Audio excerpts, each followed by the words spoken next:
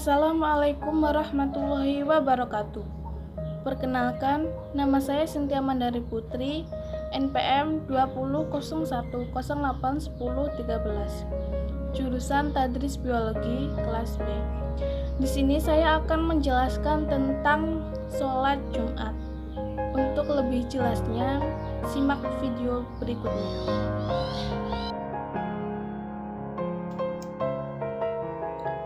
Oke, di sini saya akan menjelaskan tentang sholat Jumat. Apa sih pengertian dari sholat Jumat? Sholat Jumat merupakan salah satu bentuk dari amal soleh yang merupakan kewajiban untuk dilaksanakan bagi setiap muslim apabila tidak ada uzur dan memenuhi syarat untuk terselenggaranya jemaah sholat Jumat. Sejarah sholat Jumat. Ketika dalam perjalanan hijrah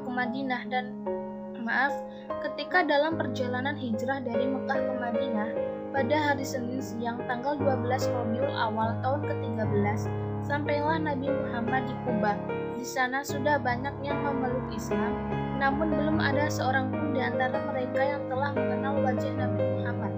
Sehingga ketika beliau dan Abu Bakar sampai ke kampung mereka, sama sekali tidak ada yang mengenalnya.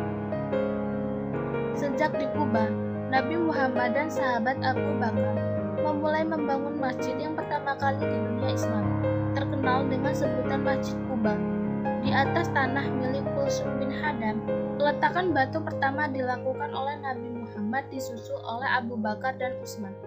Dan yang pertama kali menemboknya adalah sahabat Ammar bin Yasir. Dan pembangunan selanjutnya diselesaikan secara bersama-sama oleh para sahabat Muhajirin dan Ansar.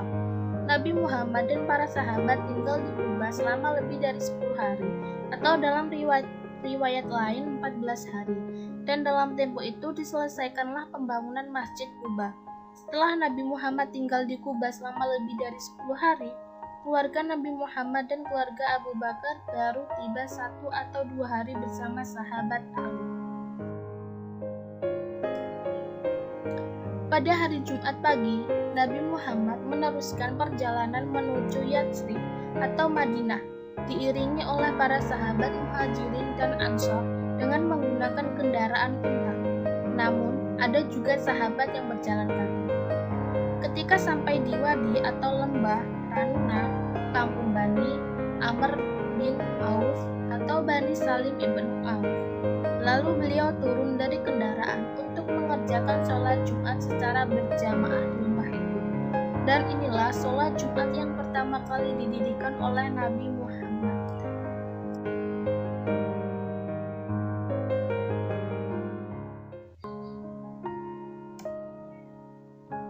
Keutamaan dan keistimewaan hari Jumat. Yang pertama, hari yang paling utama di sisi Allah yaitu hari Jumat. Hari Jumat adalah Sayyidul Ayyam atau penghulu hari, hari yang paling utama di semua hari. Yang kedua, khusus diperuntukkan kepada umat Nabi Muhammad. Yang ketiga, hari Jumat merupakan hari raya Mingguan.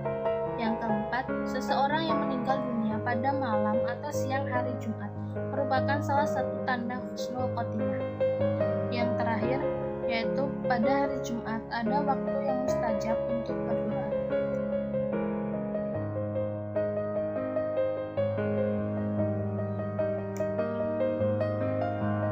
Syarat wajib sholat Jumat. Yang pertama, laki-laki. Maka sholat Jumat itu tidak wajib bagi wanita. Akan tetapi bila ia menghadirinya, maka sholat Jumatnya sah dan cukup baginya sebagai pengganti sholat zuhur. Yang kedua, merdeka. Maka sholat Jumat itu tidak wajib bagi hamba sahaya. Akan tetapi apabila ia menghadiri dan melaksanakannya, maka sholat Jumatnya itu sah. Yang ketiga, berakal. Maka sholat Jumat itu tidak wajib bagi orang gila dan yang umurnya sama dengannya. Yang keempat, balik. Maka sholat Jumat itu tidak wajib bagi anak kecil yang belum mencapai usia balik. Yang kelima, mukim di daerah tempat didirikannya sholat Jumat atau dekat dengannya.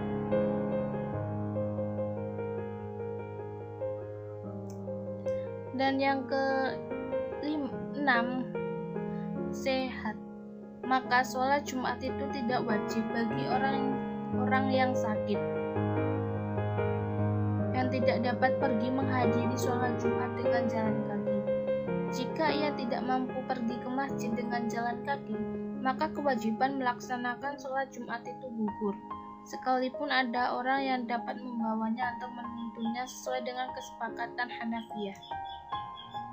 Syarat sah sholat Jumat. Yang pertama, di dalam kota. Dan yang kedua, ada izin dari penguasa atau pemimpin atau wakilnya yang dipercayakan. Yang ketiga, berkhutbah. Dan yang keempat, khutbah itu dilakukan sebelum sholat. Yang terakhir, hukum sholat Jumat dan sholatnya orang yang tidak menghadiri Jumat. Bagi orang yang terkena kewajiban sholat Jumat, apabila azan Jumat telah berkumandang, haramlah baginya melakukan segala pekerjaan untuk urusan duniawi atau melakukan segala sesuatu yang dapat menyebabkan terlalainya untuk pergi ke sholat Jumat. Tegasnya sebagaimana terdapat dalam hadis Ad-Dailami, apabila muazin telah mengumandangkan azan pada hari Jumat, maka haramlah pekerjaan-pekerjaan lainnya.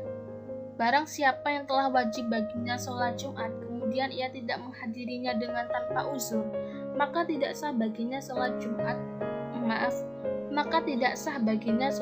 sebelum selesainya imam dari sholat Jumat dengan uluk selamanya. Dan setelah selesainya imam, ia wajib cepat-cepat melaksanakan sholat zuhur.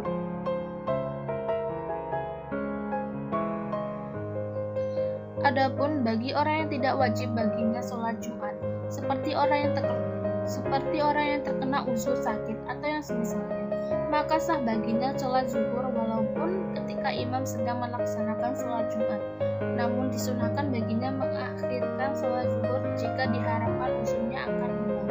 Bila tidak diharapkan, maka ia disunahkan mempercepat sholat zuhur di awal waktu dan tidak perlu menunggu sampai imam sholat Jumat menyelesaikan sholat. Azan dan khutbah Jumat. Azan untuk sholat Jumat pada zaman Nabi Muhammad hanya satu kali, yaitu azan ketika imam atau khatib telah duduk di mimbar siap untuk berkhutbah. Ini dinamakan azan pertama. Azan kedua adalah qomat atau iqomat, dilakukan setelah imam atau khatib selesai membaca khutbah, untuk memberitahu kepada umum bahwa sholat Jumat sudah akan dimulai dan hadirin harus berdiri untuk mengerjakan sholat Jumat. Sayyidina Utsman bin Affan yang merupakan khalifah yang ketiga menambah satu azan lagi, diberi nama azan ketiga. Azan ketiga ini dilakukan sebelum azan yang pertama dan azan kedua, yakni sebelum imam atau khatib naik mimbar. Oleh karena itu, dalam praktik azan, ketika itu dikerjakan lebih dahulu dari azan pertama dan kedua, maka pada akhirnya orang-orang zaman sekarang menyebutnya azan ketiga ini dengan sebutan azan pertama. Adapun pengerjaan azan pertama ini sunnah saja. Syarat-syarat khutbah sebagai berikut. Yang pertama, khutbah Jumat ditujukan kepada 40 orang. Yang kedua, khutbah dengan bahasa yang mudah dimengerti oleh jamaah, kecuali rukun khutbah, yaitu karena harus berbahasa Arab. Yang ketiga, khutbah dilaksanakan sambil berdiri. Yang keempat, duduk antara dua khutbah. Yang kelima, khatib ketika menyampaikan khutbah harus dalam keadaan suci dari hadas, baik hadas besar maupun kecil. Yang keenam, menutup aurat. Yang ketujuh, berturut-turut membaca dua khutbah dan khatib tidak membatas kedua khutbah dengan istirahat yang lama. Dan yang terakhir, kedua khutbah dilakukan secara tergelincir matahari atau setelah masuk waktu zuhur. Sekian presentasi yang dapat saya sampaikan. Saya ucapkan terima kasih. Wassalamualaikum warahmatullahi wabarakatuh.